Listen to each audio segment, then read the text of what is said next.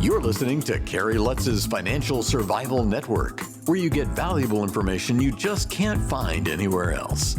To thrive in today's trying times, you need the Financial Survival Network, now more than ever.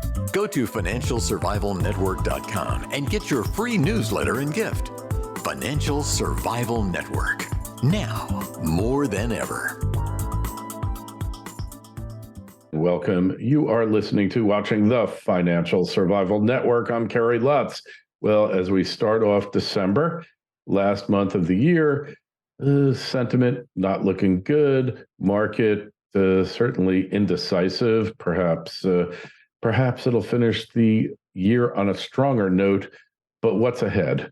Employment, sentiment, confidence, all those things are interconnected. Let's talk with our good friend, Edward Siddell. Ed, it's great to have you back on the show. So, thanks for having me, Carrie. Hey, pleasure. And the numbers don't really look that bad right now. Employment is not super strong, but they're not shedding jobs yet at a record rate. But we know that generally employers start to jettison employees after the first of the year, somewhere between the 1st and 30th, and when a lot of retailers and other marginal companies go bankrupt. What do you think's ahead for us coming into 2023? First of all, you're exactly right. But yet at the same time, I mean, look at layoffs all the way across the board from, these large corporations, Fortune 50 and Fortune 500 corporations in every sector. So we're already starting to see it. I think last month alone, there were over close to 150,000 layoffs just last month. And the majority of the layoffs, I believe, are going to come, after the holiday season. A lot of these corporations already know what everyone's been feeling, even though we've been told we're not in a recession. I think we've been in a recession, and it's going to get a little bit uglier after the first of the year, as we have the devaluation of the dollar.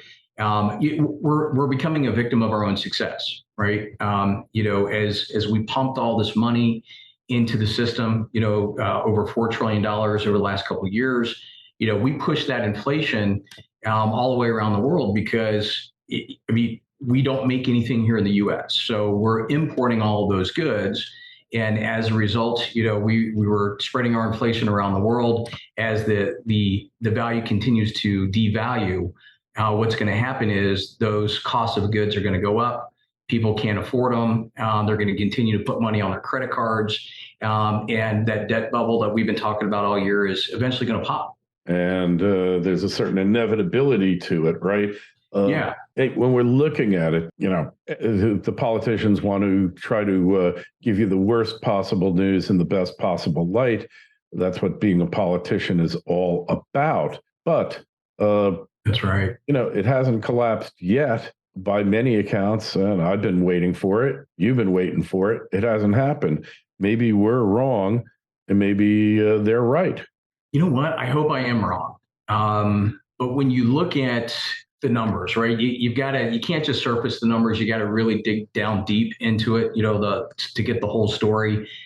The market was way, way, way over leveraged. The report came out from FINRA and the New York Stock Exchange, at the end of January through December 31st of last year that said, accounts were margined, over five times more than they were during the housing bubble. So that's why, the market was overbought, there's oversold, people are over leveraged. When you have that correlation in the market where everything's going up and everything's going down, it becomes a race to liquidity.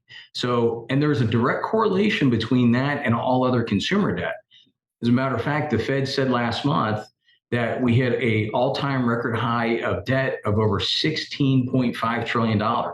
And we added over, I think it was 1.26 or 1.27 trillion in consumer debt, mortgages, and revolving debt in just 1 year. So, everyone was looking at, okay, well, people are buying more, they're spending more. I mean, look at Black Friday, all these numbers are really good, but it's not that they're spending more, but it's not because they're buying more. It's just everything is costing more.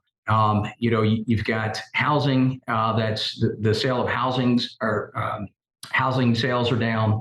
Everything is really starting to kind of slow down a little bit.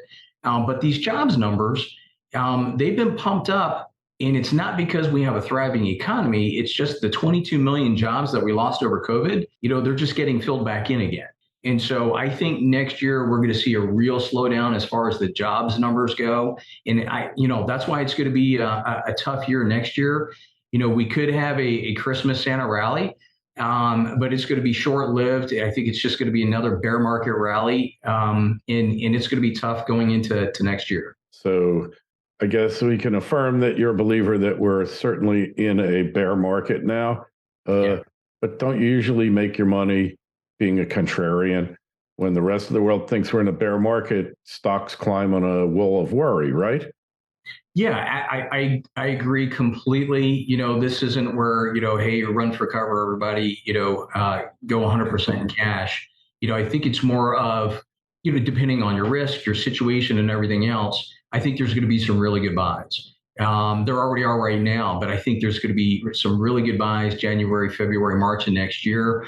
I mean, just look at Amazon and Microsoft. Some of these really good companies that have a really good balance sheet, even Apple, that are really undervalued. There are already some good buys going on right now, and I think they could get a little bit better. Right now, I mean, if you look at gold, that's some of those precious metals. As the inflation goes up, I mean, there's some really good strategies that you can employ right now, but it's all got to be based on your situation, and how much risk you're willing to take. Yeah. Well, hey, without risk, you don't get profit, right? There's no reward. That's that. Yep. Yeah. Yep. Absolutely.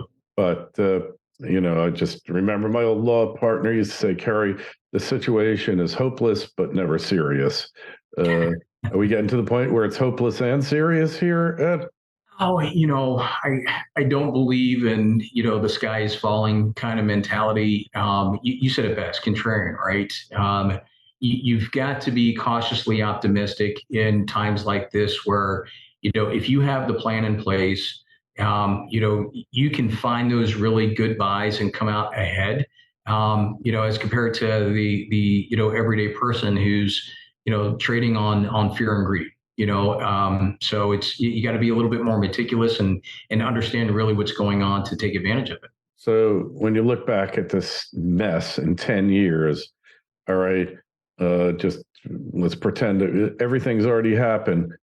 What do you think is going to be the situation, the economic outlook? That's a great question. So let's do this. Let's go back in history. Go back to the tech bubble and then to the housing bubble. It's every time the sky was always falling, right? We've never seen this before. It's the worst. It's never going to happen again. And but if you employ the right strategies and play, you're going to come out ahead. Just like those people that if someone says, take me out of the market, I want to go 100% in cash and just leave me there, you're going to miss the boat. Now, in the same respect, if you're retired and you can't afford to take that risk, then you shouldn't be. But that's why you've got to have the plan in place to take advantage of what's going on, because looking back 10 years from now, I think 2023 is going to be the year where people are going to make their money. It's just like anything else. It's like real estate, location, right? You got to pick the right location and where you want to be. And it's the same thing when it comes to your portfolio. I'm glad you brought up real estate. All right. So real estate, I find fascinating. Obviously, rates are going higher. In certain markets, prices are weakening. In others, they're as strong as ever. Places like Florida, Texas, Colorado, Denver. I mean, it's just out of control. Tennessee, Memphis, and particularly Nashville, basically low tax states. That's right. Even Arkansas. Yeah, even Arkansas, right? I mean, Little Rock, it's really strong. People are still buying. And we don't see, even though I've read about it, I haven't seen anything to indicate that rents are weakening. And can you have lower real estate prices if rents aren't going down? Don't just survive. Thrive, the Financial Survival Network.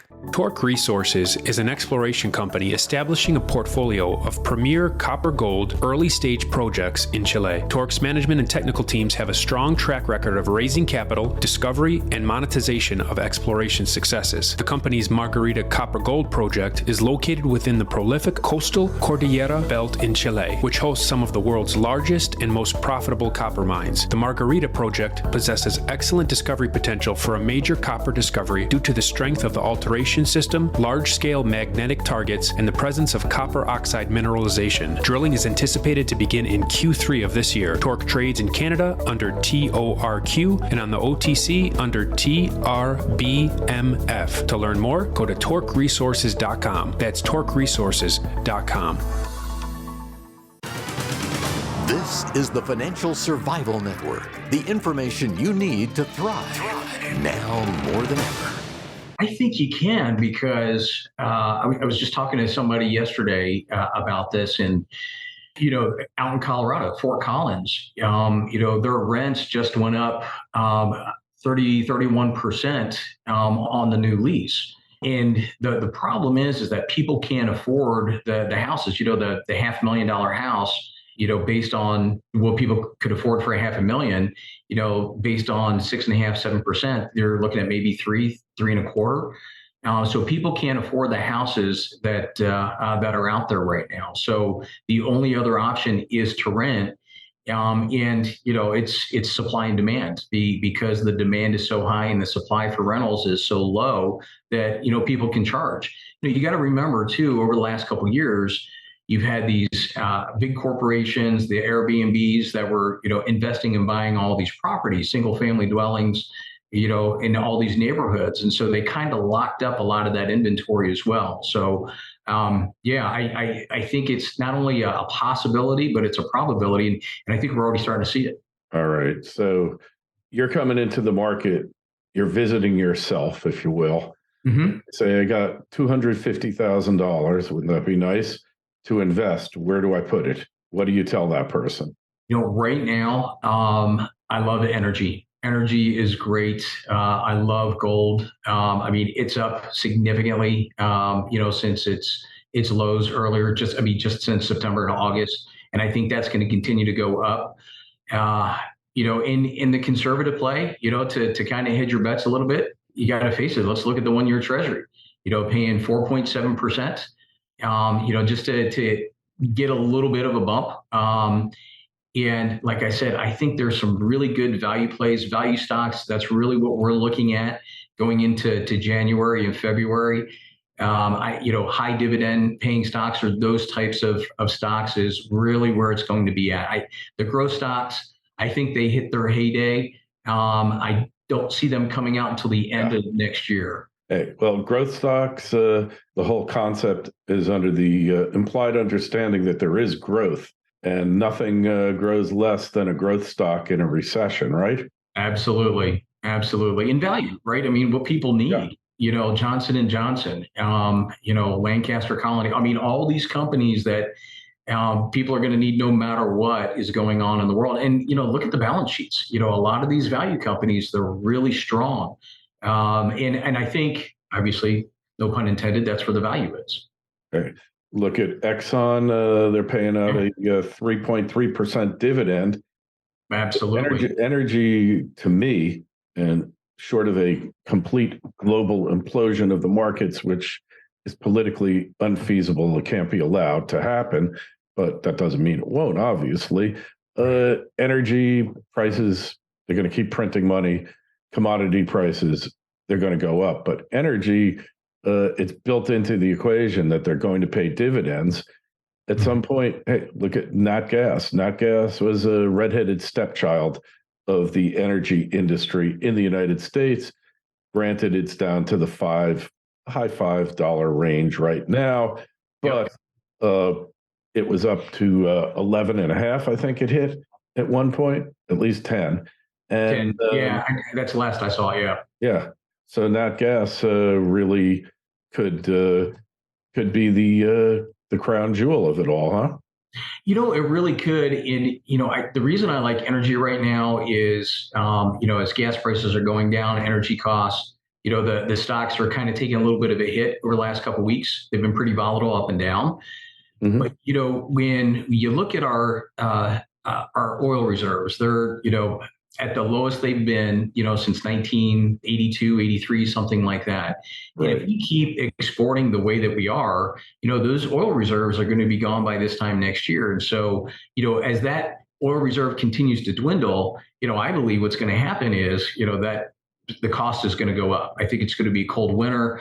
And next summer, I think prices are going to skyrocket. And right now, that's why I really like it.